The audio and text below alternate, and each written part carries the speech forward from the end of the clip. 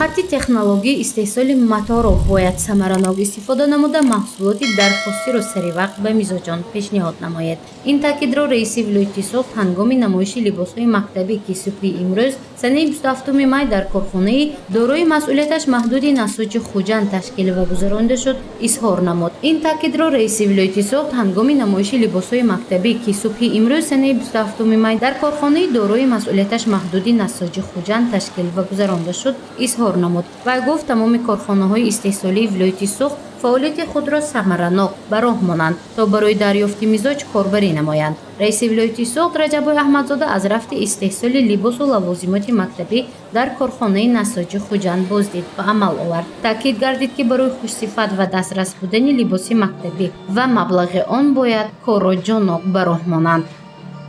حالا در ولایت سوخت تعداد کارخانه و کارگاه‌های استحصال لباس مکتبی 62 عدد را تشکیل می‌دهد. این کارگاه‌ها را می‌باید بجز از تأمین نمودن خوانندگان ولایت سوخت با لباس یگانه مکتبی، اینچنین به راه ماندن صادرات محصولات به کشورهای خارجی تأمین نمایند. با این وسیله کارخانه‌ها می‌توانند فعالیت خود را وسیع نموده برای رشد ساحه صنعت سهم خود را گذارند. همچنین خوانندگان مؤسسه‌های تحصیلات همگانی ولایت با لباس خوشصفت و ارزان تأمین خواهند شد.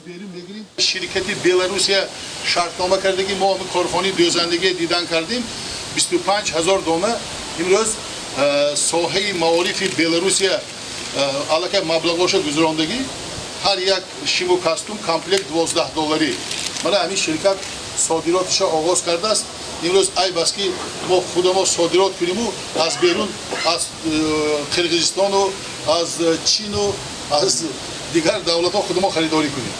برای همین ستاد ولایتی با راهبری معاون حکومی رئیس ولایت خالحیدر رئیس شهر همینجور تشکیل بشود. پورا راهبریت کارخانه نساجی خوجند متوی با صفت تامین میکنند. ما 565,000 طلبه های مکتب های میانه تحصیلات عمومی 18 شهر و نواحی ولایت باید هم به متوی خود ما این 565 فقط یک تایی اگر دو دانگی کنیم حساب کنید تا کمش 5000 زن ها مادرای ما امروز جوان دخترها با جای کار تامین میشن.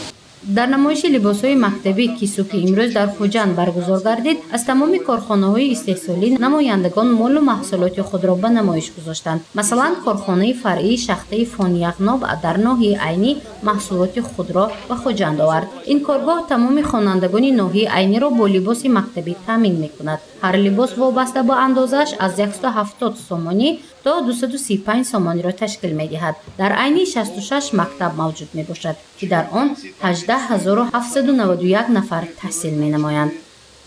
در موافقه کارخانه دوزندگی عهدهدار شده است که همه 18791 نفر خوانندگان مؤسسه تحصیلات عمومی ناحیه را با لباس‌های مکتبی پورا تامین نمایند و در نظر است در آینده باز بهره خوانندگان طبق دستور سپارش‌های محترم رئیس ولایت سوخت باز تامین خوانندگان با پای افضل با لباس‌های ورزشی البته روزهای نزدیک کاربری کرده می شود و در این سمت نیز ما مساعدت خواهیم کرد.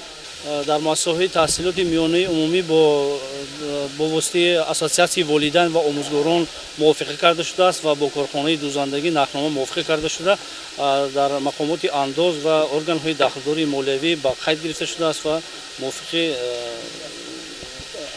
عهدهداری‌های طرفین طبق شرطنامه تامین کرده میشه. تامین خوانندگان مکتب‌های حدودی ولایت سوخت با سر و لباس یخ‌خیله مکتبی مجبوری نیست. این کار تنها در همکاری با کمیته پدر و مادران مکتب‌ها صورت می‌گیرد. اما سیخ‌های دوزندگی را ضرور است که برای به دست آوردن مزاجان یعنی والدان خوانندگان لباس خوش‌طرح و با صفت را با نرخ دسترس پیشنهاد نمایند. در این مورد آنها می‌توانند محصولات خود را سریع وقت به فروش گذارند یا خود فروشند.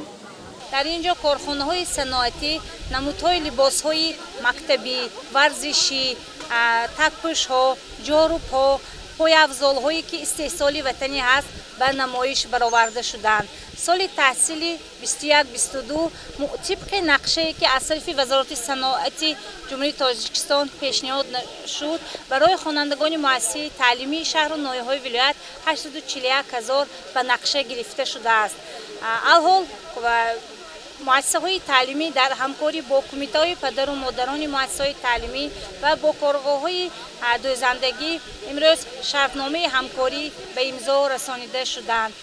раиси вилояти Соғд Раҷабой Аҳмадзода баҳри беҳтар намудани фаъолияти кории коргоҳҳои истеҳсолии саноатӣ тавсияҳо дод. Вай гуфт, мақсади мақомоти иҷроии ҳокимияти давлатии вилоят дар 18 шаҳру ноҳияҳо ташкили коргоҳҳои дӯзандагӣ аст, ки он занону бонувонро бо ҷойи кори доимӣ ва маош таъмин менамояд. Ҳамчунин хонандагон бо сару либоси босифат фаро гирифта мешаванд. Гузориши Мафнун Шукурова, Наимҷон Аюбов барои барномаи иттилоотии Хабар.